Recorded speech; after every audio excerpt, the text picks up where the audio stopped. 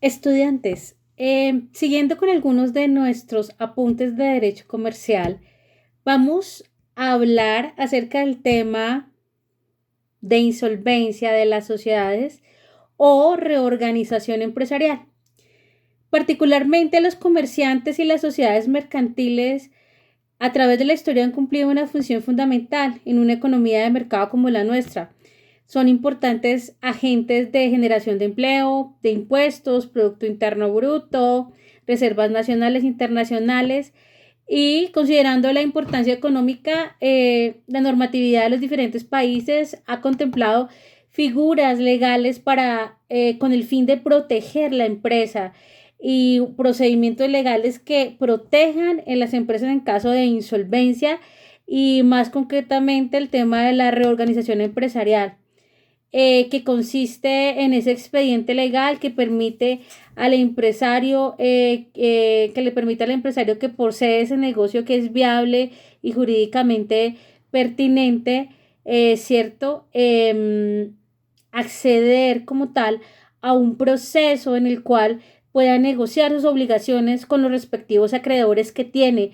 para que se dé su cumplimiento en términos de plazo, de modo, lugar, de intereses compatibles ese cumplimiento con las posibilidades de la empresa y así evitar que la empresa desaparezca. La finalidad de la reorganización empresarial no es otra que proteger la empresa. A este proceso acceden las sociedades mercantiles y todas las personas naturales o jurídicas que tengan patrimonios autónomos o sucursales de sociedades extranjeras o las que desarrollen actividad empresarial, salvo que estén expresamente excluidos, como es el caso de algunas entidades vigiladas por la Superintendencia Financiera. Por tratarse entonces de este proceso de reorganización, de un proceso de reactivación empresarial, se realiza bajo la tutela de un juez, que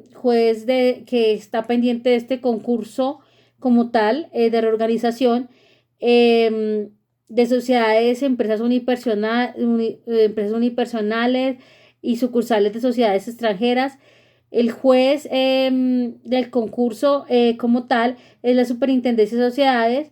Para acceder al proceso como tal, más comúnmente llamado de concurso de acreedores, se debe cumplir con los supuestos de admisión consagrados en la norma, los cuales hacen referencia a la prueba de incapacidad de pago de las obligaciones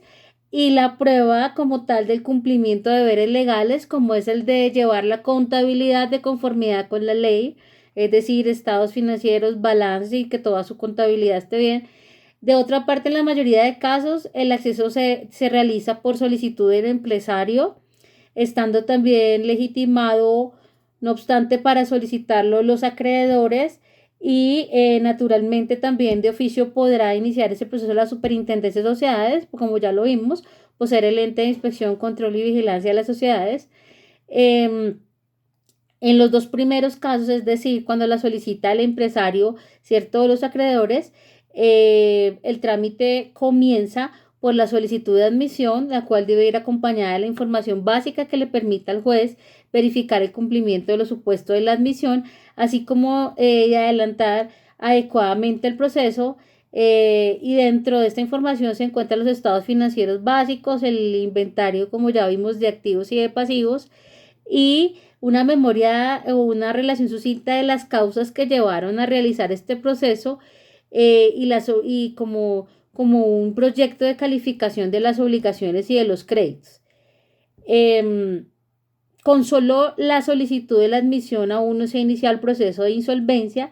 Este acto forma parte del trámite y produce unos efectos jurídicos, dentro de los cuales está la prohibición de realizar reformas estatutarias, la prohibición de constituir o ejecutar garantías sobre bienes propios, la prohibición de enajenar bienes que no correspondan al giro ordinario del empresario, la prohibición también de realizar compensaciones, arreglos, allanamientos, desistimientos, terminaciones, transacciones o ningún otro tipo de arreglo que implique el pago de las obligaciones a cargo del empresario deudor. El proceso como tal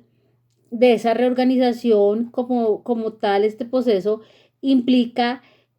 inicia con con la expedición de un auto por parte del juez de la iniciación del proceso, providencia del juez ordena y ese juez ordena la inscripción de ello en el registro mercantil, designando un promotor al cual le puede designar funciones de representante legal como tal.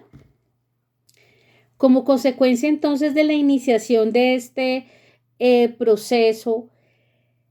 entre otros efectos, podríamos señalar que se imposibilita la admisión y continuación de demandas de ejecución en contra del empresario de la sociedad. Se dictan algunas medidas cautelares que el juez considere necesarias y se suspende la causal de disolución por pérdidas. Posteriormente, entonces, la persona que se califique como promotor o el que haga sus veces procede a calificar la graduación de los créditos y de los derechos de voto, y para efecto la ley reconoce como partícipes del proceso solamente los acreedores externos, y a los acreedores internos toda vez que la empresa como tal no hace parte de como tal es ello. Entonces podemos señalar que si se obtienen los votos exigidos por la ley y de las categorías de acreedores mínimas establecidas para los casos, se celebra el denominado acuerdo de reorganización. Ese acuerdo de reorganización se inscribe en el registro mercantil, quedando todas las obligaciones sujetas a lo allí establecido. Las acreencias causadas con posterioridad al inicio del proceso se consideran gastos de administración y no están sujetas a lo establecido en el acuerdo. Así las cosas de tal manera se pagarán de conformidad a la naturaleza de esas mismas y no se consideran que están dentro del acuerdo. Si no se logra la firma del acuerdo dentro del plazo previsto en la ley para su negociación, o la empresa incumple con las obligaciones asumidas en el acuerdo una vez celebrado, se adelantará entonces el proceso judicial de liquidación judicial de la sociedad. Digamos que este acuerdo de reorganización de estas deudas es, entre comillas, podríamos señalarlo como una tabla de salvación para aquellas sociedades que están en insolvencia y necesitan alguna clase de reorganización empresarial, y como tal lo dijimos, este acuerdo busca como tal que se minimicen las posibilidades de desaparición de la empresa y que se trate de salvar la empresa y la empresa pueda seguir a pesar de sus acreencias, pueda salir a flote. Como tal, este es un resumen un poco